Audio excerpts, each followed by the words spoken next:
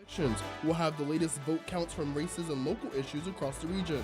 Plus, hear from experts on how these midterms results could impact you and the rest of the nation. The Newswatch election special starts right now. Good evening, I'm Andre Knowles. And I'm Lexi Lepov. Welcome to special coverage of the 2022 midterm elections. Here in Athens County, votes from all 56 precincts have been counted. That's right. Here is footage of the ballots arriving at the Athens County Board of Elections office earlier this evening.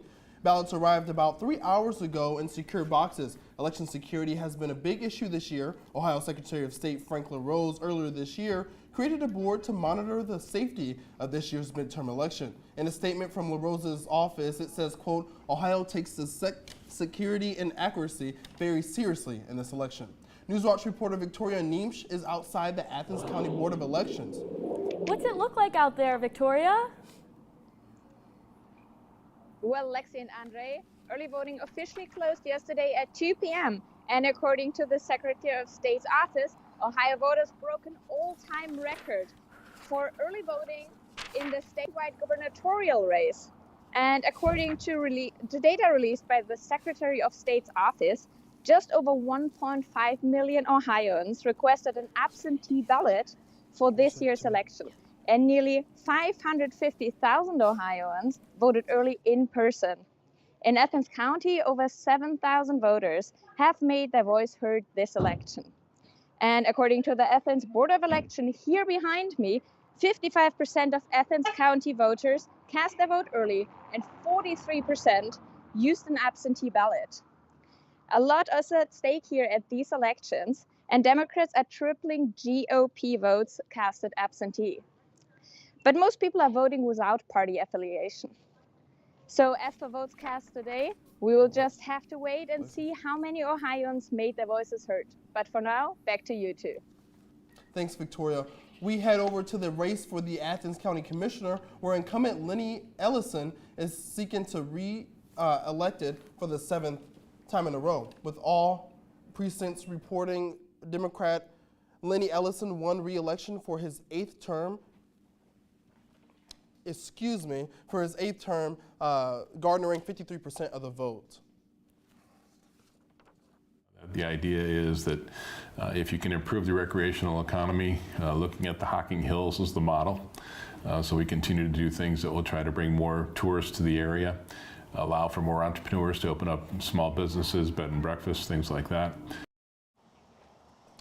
Given that Ellison has held his seat for 24 years, 25-year-old Nelsonville native says Ellison's age and experience does not intimidate him. Rather, it motivates him.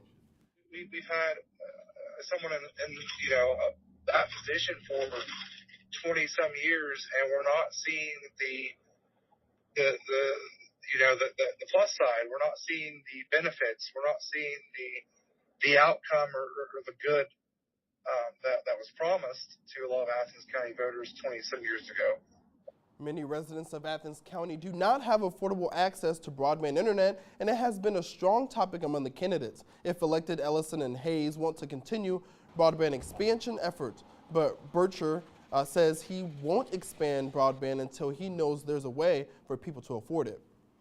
I think getting hooked up right now without having some kind of program in place to help people pay for it is kind of disgusting, because now you're dangling something in front of someone's face and they can't afford it.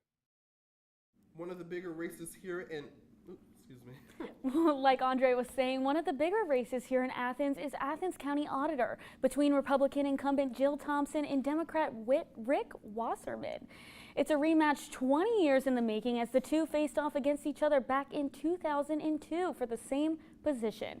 And according to the election results, history will repeat itself tonight as Thompson defeats Wasserman for a second time, earning her 6th consecutive term as county auditor.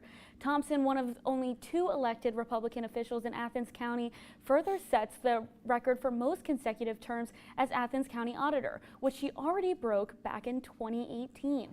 Thompson spoke with reporter Joe Collins earlier today about what a victory would mean to her and her family. Would be, it's the affirmation, right? So it's telling me that the community agrees that the service that I've been providing is worthy of another term. So I would be honored and feel quite privileged to have had that opportunity and, you know, have the acceptance of my peers and my friends and neighbors, really. So. In Hocking County, the commissioner race is between Republican Jessica Dinkin, Democrat James Kalkosh, and Independent Chad Rickards. The race is to fill current Commissioner President Jeff Dickerson's seat. If Dickin wins, she says she plans to look into county zoning practices, particularly commercial versus residential zoning. She also says she wants to update the county website. If Kalkosh wins, he says his priority is to bring more jobs. He says he also wants to expand broadband access and address the drug epidemic. The current status of the results are not final. But hopefully we can get an update on that soon. Yes, Lexi. Now to Gallia County, Republican Leslie Renee Henry is facing Independent Stephen Michael McDaniel for a seat on the county's commission. On McDaniel's social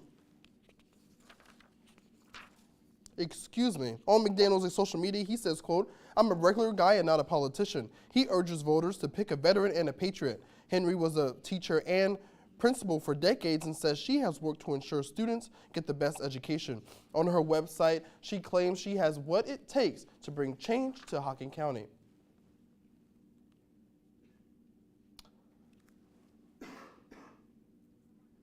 In Vinton County, Republican Timothy Eberts, Democrat Lynn Harold, and Independent Jeff Martin are on the ballot for county commissioner.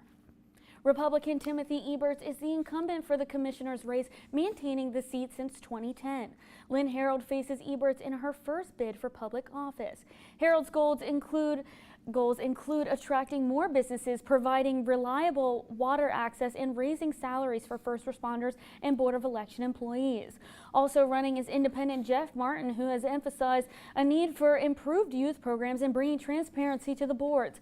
Conversations with the slogan, "Not right, not left, but forward."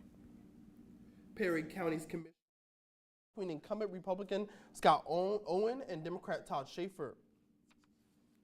Owen's platform includes increased internet access, additional federal funding for emergency services, and support for local businesses. Schaefer's platform emphasizes improving infrastructure, additional grant funding, and advocating for transparency within county offices. When we come back, learn what's at stake in Ohio Supreme Court justice race, plus Dr. Yunkins joins us to talk about two state issues, that and more when we return.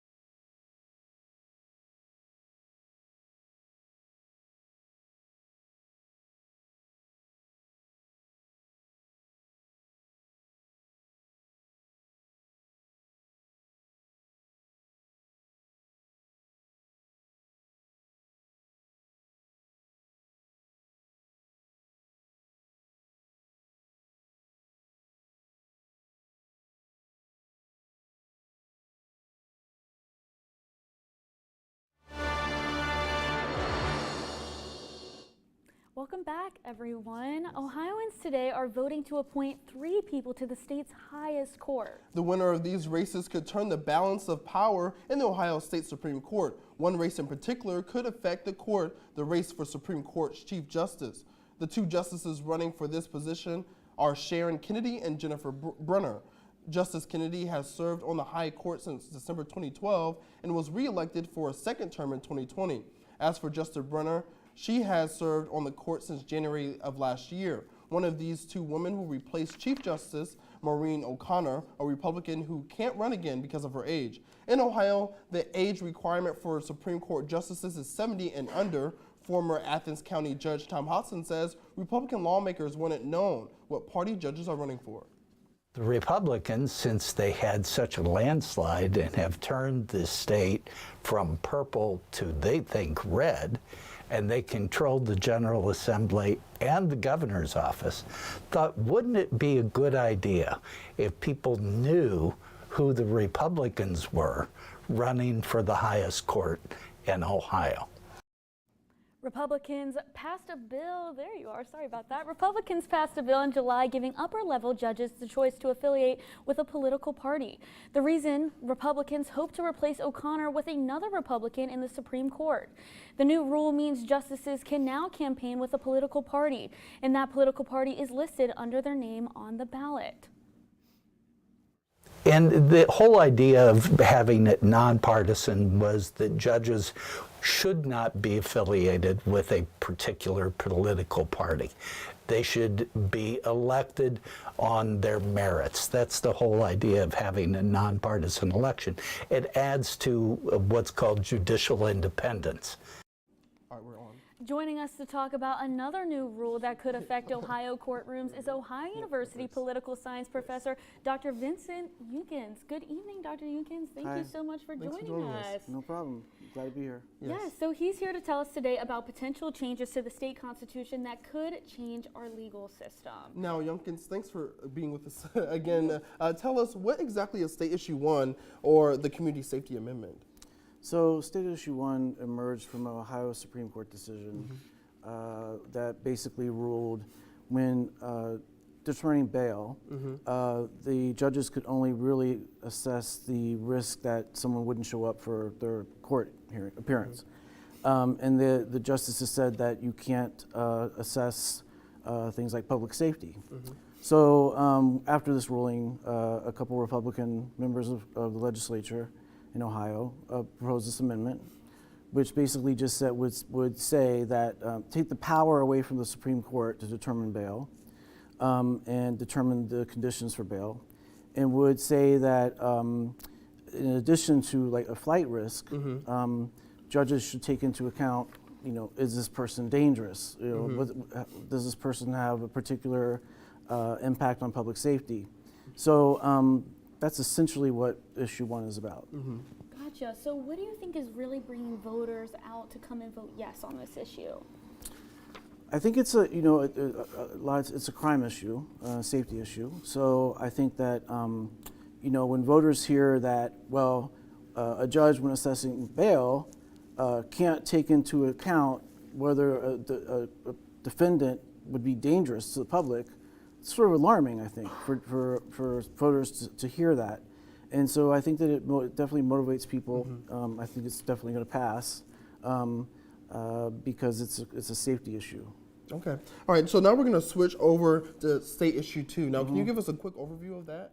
So State Issue 2 emerged because Yellow Springs, Ohio passed an ordinance basically that said that non-citizens could vote in their local elections. And so they had that would affect 30 people, I think, roughly. So then again, the legislature came forward to pass an amendment saying that non-citizens cannot vote in Ohio. So, you know, it's an interesting amendment actually, because it sort of emerged about something that's not very consequential in Ohio right now, but it is. There are places like New York City and San Francisco that do let non-citizens vote in local issues. Yeah, absolutely. So I know that you projected that you think the first issue is going to pass. What are you thinking about the second issue? I think that'll pass as well. Pass as well. What do you think will drive people to really go and vote yes? Well, I think that that there's a symbolic nature to the issue 2, which is immigration, and I think that the Republican Party knows this, and I think that part of the strategy of putting this forth to begin with was to mobilize voters who are concerned about immigration. So I think that that's a major issue that would drive them to come out and vote to pass this amendment to the Constitution. And real quick, a lot of people, some people at least, feel that they don't know how this issue will actually help, since this language is already in the Ohio Constitution, I believe, and the U.S. Constitution. So what would this actually change? Well, it's so the language that's currently in the constitutions doesn't prohibit. Doesn't prohibit. Okay. So basically, the amendment does, and it is the language is interesting. It doesn't change very much, but the change is significant enough to say that, just plainly say, if you're not a citizen, you cannot vote in any elections in Ohio at all. All right. Yeah, well, thank absolutely. you so much. Thank you. Right. So Dr. Suddish joins us in the studio to discuss Ohio State's races, that and more when we return.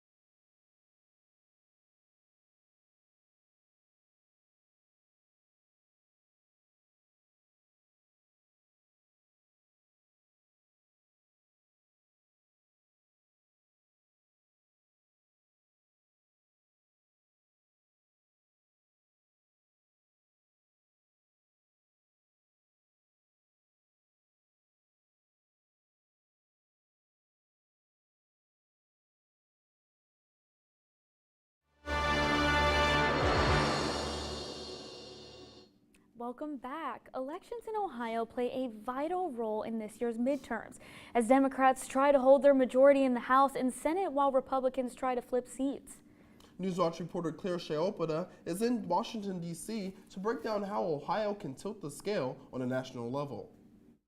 Thanks, guys. The Republican Party has had control of 2 branches of the government since the election of Joe Biden in 2020, but Republicans are looking to take the majority in the House and the Senate. 35 Senate seats are up for re-election. According to the Cook Political Report, there are 5 toss-up races, with the other 30 races leaning likely or solidly toward a particular party. The report predicts the Senate race in Ohio as leaning toward a Republican win. All 435 U.S. House of Representatives seats are up for re-election. Of the 35 races considered toss-ups, 2 are in Ohio. The District 13 race between Amelia Sykes and Madison Jessiato Gilbert, and the District 1 race between incumbent Steve Chabot and Greg Landsman. These election results will determine the future for Americans, as the economy, abortion, and the Ukrainian war are all on the table. Election results will be coming out throughout the night and into the next day for many of these national elections, so voters will have to keep their eyes open and see where the cards fall. In Washington, D.C., I'm Claire Shayopata. Thanks so much, Clara. We're now joined by Dr. Suddens, former legislative reporter with the Plain Dealer in Cleveland and columnist at the Columbus Dispatch. Now we're going to talk about the race for Ohio's U.S. Senate seat is garnering national attention because of how tight the race has been during the pre-election period. Democrat Tim Ryan and Republican J.D. Vance have been neck and neck in polls leading up to tonight. Both men look to replace retiring Senator Rob Portman. Now, Dr. Suddens, what would this win mean for Vance if he wins? Well, it means a lot of things. I think it sets the stage for a great future for him politically if he wins. Two interesting points about Vance. First of all, he is probably the youngest person elected to the Senate, and this is unofficial, I haven't checked it against my charts, since at least 1914 or 1912 in Ohio. And secondly, he was never had a public office before. So getting started off as your first job as a U.S. Senator is a pretty impressive situation for someone to face down the road about his or her political career. Now, how about for Ryan? What would this mean for him? Well, I haven't seen the exact numbers where they are right now, but it looks to me, just as an observer, that I think he ran a very creditable race. I don't know that anyone else could have run as tightly against Mr. Vance as he did. And so that campaigning on the basis of what we used to call bread and butter issues from my neck of the woods up in where he's from, Youngstown actually, seemed to cut a lot of ice with people. But again, the overall mood of the state seems to be somewhat conservative in its perspectives, and that takes a little bit of time for people to get adjusted to that point of view. So it looks like Mr. Vance made a pretty convincing case for himself. Yeah, so shifting gears to results that we do know, Republican incumbent Mike DeWine has won a second term in tonight's governor race by pretty wide margins over Nan Whaley. What can we see coming from DeWine in his second term? That's a very good question. I think it depends partly on his relationship with the legislature. The legislature will be Republican controlled as it has been during his first 4 years, but it's getting a little bit feistier than it was in some respects. I haven't seen the final numbers. It may be a very high majority in the Republican caucus, and they have in the past clashed with him somewhat. I think one question that we can address a little bit is, how did he do so well when some other people didn't do nearly as well, as in the case of, well, part of it is Ohio was last refused to re-elect a governor in 1958. So we just, a Republican governor, excuse me, since 1958. So we have not had a tradition of kind of firing Republican governors, and that's part of it. Governors, someone said one time, were hired to be managers. And he's done an interestingly, I would say, positive job as a manager of state finances and so forth, and that makes a difference. Absolutely. So big topics that really brought people out to the polls this year on topics of abortion, inflation, gas prices, all those issues. How do you think that we will see DeWine approach these issues going forward? Well, certainly the governor has been, and everyone knows this going back to his career starting in 1976 as a local prosecuting attorney, as someone who has opposed abortion, pretty much flat period, no exceptions, with very limited possibilities of that. That's not new, but what's interesting is facing these other questions of how much a governor can do about things like skyrocketing grocery prices and skyrocketing fuel prices. And that's an open question, and I don't know what he's going to do about that, whether he can affect those sufficiently to make a difference in the lives of ordinary Ohioans. So we're going to have to move on to Secretary of State. Incumbent Frank LaRose is currently leading the race for Secretary of State against Democrat Chelsea Clark and Independent Tara Shore-Maras. Currently, 80% of votes are in. So Frank LaRose became Ohio's 51st Secretary of State in January of 2019. He has publicly said that he wants to continue building a striving democracy and economy. LaRose has created a public integrity division to create a more efficient investigation process into election violations, even though he acknowledged voter fraud is rare. Now, Democrat Chelsea Clark currently serves on Forest Park City Council. She has publicly claimed democracy is under attack. Additionally, she is a small business owner. Maras is known for being an outward election denier. She has also publicly stated that she believes Trump won the 2020 election. She ran as an independent after being ruled ineligible for the Republican Party. Now, so can you kind of talk about some of those local state elections for us? Sure I can, I'd be glad to. I think first of all, it's worth keeping in mind that although he's not announced, it's pretty widely believed that Secretary LaRose is going to run for the United States Senate in 2 years against Sherrod Brown. So a lot of what he does has to be measured in terms of that possibility. The other officers of state have not been controversial, especially and well publicized. Attorney General Yost, as you know, as news people, can frequently be found issuing releases on topics of interest to people in the public as well as in the news media. So I think that there weren't any real controversies in those other races. Typically what happens in Ohio is the governor leads the parade, so to speak, and the other office holders beneath him or her, beneath in the sense of on the chart of organization, tend to have the kind of results that he or she has. So the governor's victory was so wide that the victories by the other office holders was not a huge surprise. Now we're going to move on, to the state attorney general. Yeah. The race is between incumbent Republican Dave Yost and Democrat Jeff Crossman. Yost became attorney general in 2019. Prior to becoming the state's attorney, he served as the state's auditor. Crossman is currently a state representative, and he also used to serve on Parma City Council. Republican incumbent Dave Yost, Democrat candidate, is currently a member of Ohio House of Representatives. All right, the state auditor race is between incumbent Republican Keith Faber and Democrat Taylor Sappington. Before Faber became the state auditor, he served in the Ohio House and Senate. Sappington is currently the auditor of Nelsonville. Former member of the Ohio House and Senate, Keith Faber is striving to make Ohio a more business-friendly state. As for Democrat Taylor Sappington, he is the current city auditor of Nelsonville. The auditor, the city was in a deficit when he became auditor. He has promised to balance the books.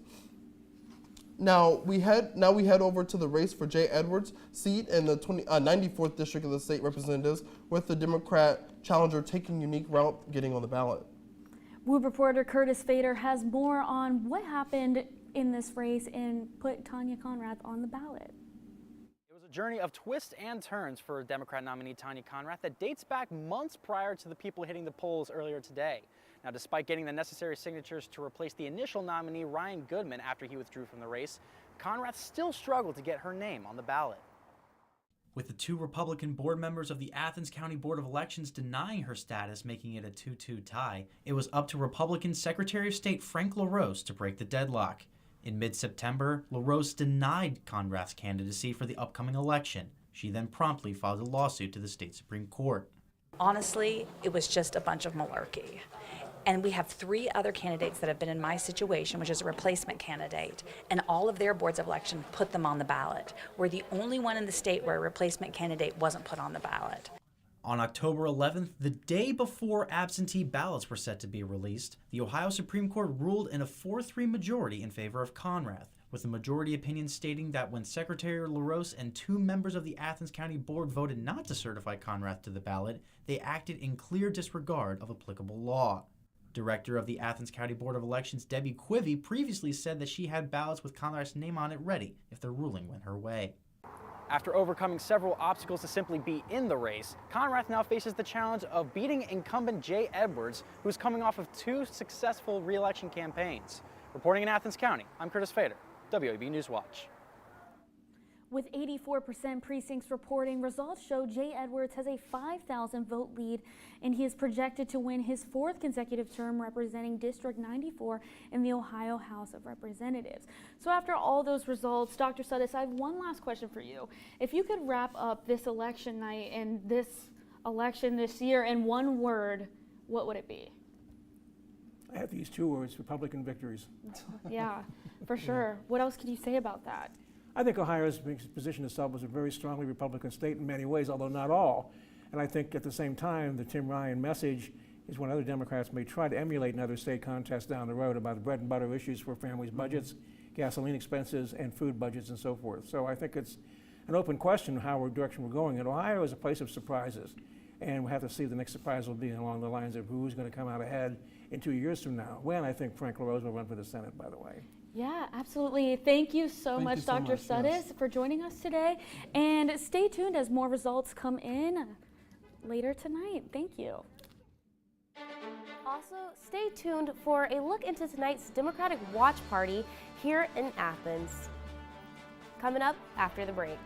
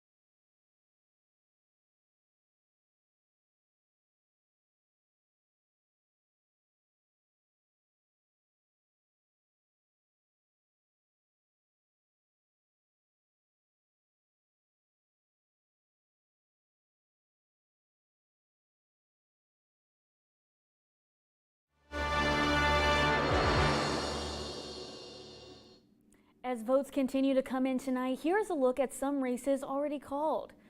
In the race for Athens County Auditor, Republican Jill A. Thompson has been declared the winner with 9,308 votes.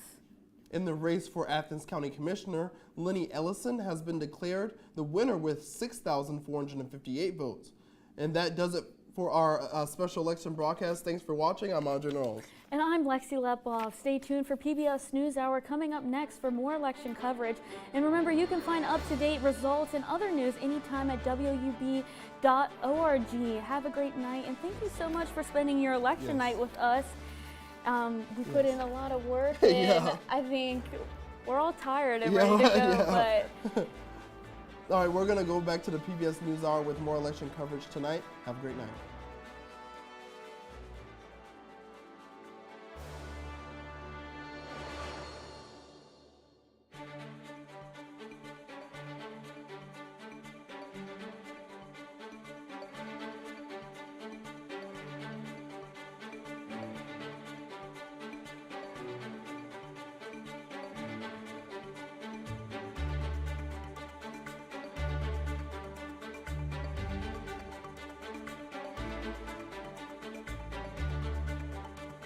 Are you saying in neither party? Right, in neither party. Isn't that because the division is pretty deep? But a great leader overcomes that division. A great leader gets the American people behind him and says, or her, and says, we're going to do something special here. And I don't see that special leader. Abraham Lincoln among us. And in my view, Ronald Reagan. That's from my perspective. But someone like that who rallies the American